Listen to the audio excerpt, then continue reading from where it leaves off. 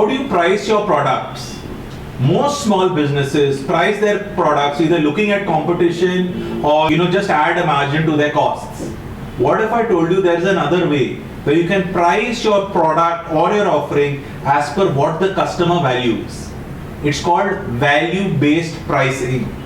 It will increase both your sales as well as your profits, and it can also drive your strategy. In this video, we'll find out more about this. Hi, I'm Abhishek Jhingan, and on this channel, we look at various aspects of marketing, business, sales, which can help brands and businesses to thrive, to grow. And in this video, we look at an important concept called value-based pricing, which small companies can use to their benefit. In this video, again, we'll break it into three parts, which will be of maximum value to you.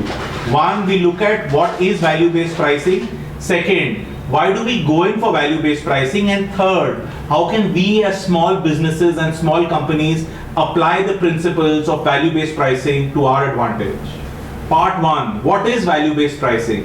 Value-based pricing, simply put, is aligning your pricing towards what the customers value, what are their needs and expectations. It focuses more on the benefits and the outcomes of your product. Now you might ask me, Abhishek, yeah, but this is how pricing is to be done anyway, right? Based on benefits. Not really. Most of the time, we either price based on, okay, here are my costs, here's a 10%, 20% margin addition, and that's my price, right? Or we just look at what competition is doing and price accordingly. I too have done this while I was in marketing and even as part of my business at times. However, value-based pricing is different because, like I said, it looks at benefits and outcomes. So now let's jump into what are the advantages of value-based pricing. The first one, your customer is more likely to be satisfied with the price because it aligns with her or his values. Secondly, value-based pricing can help your profitability increase. Why is that? Whether you have economical pricing or premium pricing, in both cases, you can increase your profits. Now, if you know that your customer values more features, right? So you can bring up your cost of production to add those features, but you may be able to sell at maybe double the price. So clearly your profit margins increase. Similarly, if there are some aspects of your product or offering, like a budget hotel, there are some frills not required. They can bring down their costs by that and bring down the prices by a level which still makes them more profitable. Plus, they get more customers taking up their products. So your profitability as well as your profits both improve. Third advantage, value-based pricing can actually drive your strategy. If you look at Starbucks, Rolex, who have premium pricing, clearly for that great experience of having coffee or wearing that beautiful branded watch, we do pay extra, and the price is in tandem with that luxury or those great opulent settings. Similarly, in economical brands like budget airlines, budget hotels we talked about, or even generic medicines, you have a lower cost which the customer goes to, and again, your value-based pricing is clearly in sync and driving your marketing strategy. So these are the three advantages. One, your customer is more happy with the pricing, your profits grow up, and your pricing is in sync or drives your marketing strategy.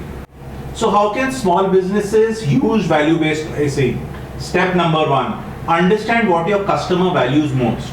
Now everyone asks me, we don't have time and money for having expensive market research, finding out what the customers want. So there are some simple methods that you can use. 1, talk to your customers, your loyal customers. Why do they use a particular product or offering that you have? What are the points that they like about it? Is there something they feel is not that important?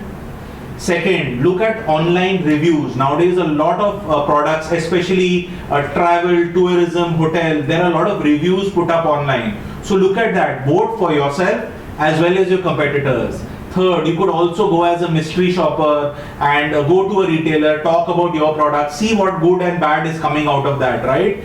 So these are some simple ways in which you can figure out what is really working and what is not required for your product. Second, whatever you find out, use it to build your value-based pricing.